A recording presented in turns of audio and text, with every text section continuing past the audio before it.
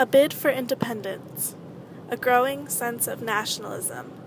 Welcome to Scotland's Independence 2014. Join us as we explore the complex politics around Scotland's possible separation from the UK.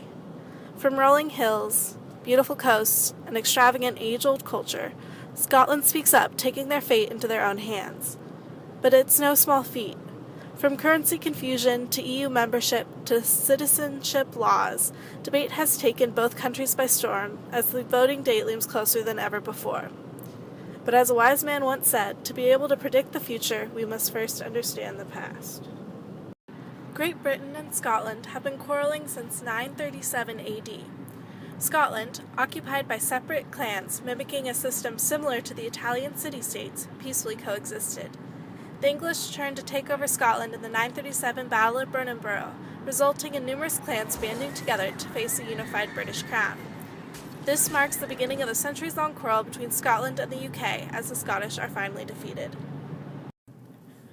Scotland remains under English rule until the First English Civil War of 1642, otherwise known as the War of Roses. Conflict over religion erupted on the mainland, quickly bleeding over the borders when Charles I attempted to impose Catholic religion over the Church of Scotland. Rebellions broke out in Edinburgh, allowing the opportunity for Charles to send troops to the southern border in a failed attempt to resolve the issue that soon became known as the Bishops' War. Currently, the SNP claims that, due to its large amount of oil, Scotland will be economically stable if they manage to gain independence. However, experts say that the oil supply will slow by 2020 and run dry by 2040, giving Scotland little time to discover a new financial supplier. While SNP has a better welfare state, economists say separation from the UK would most likely cause national unemployment and financial crisis. A vote yes for the Scottish independence referendum will trigger the complex process of breaking up the United Kingdom. Scottish independence may be a strong nationalistic movement, but the process of getting there is far from easy.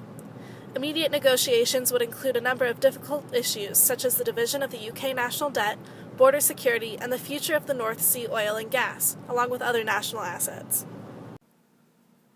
After a centuries-long struggle for power, Scotland and Great Britain were finally united peacefully in the 1700s, but the tranquility hasn't lasted for long. Bidding for independence, the Scottish National Party has been vying for their long-awaited change. Fueling their fire with growing nationalism and high goals, the SNP continues to retaliate against British economists and politicians. Regardless, they're separated by two very different cultures with different histories and different goals. Check back this September for results of this historic vote.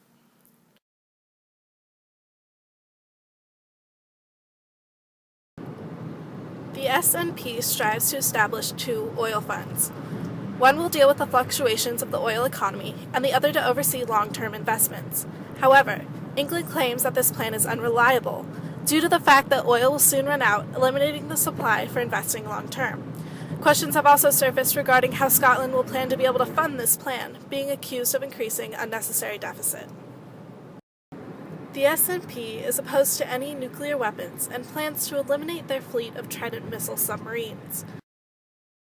But one of the things that I'm always in love with about Scotland is the notion and the tradition of idealism, of wanting things to be better. And at the heart of that song is a very Scottish conviction that honesty and simple dignity are priceless virtues, not imparted by rank or birth or privilege, but part of the soul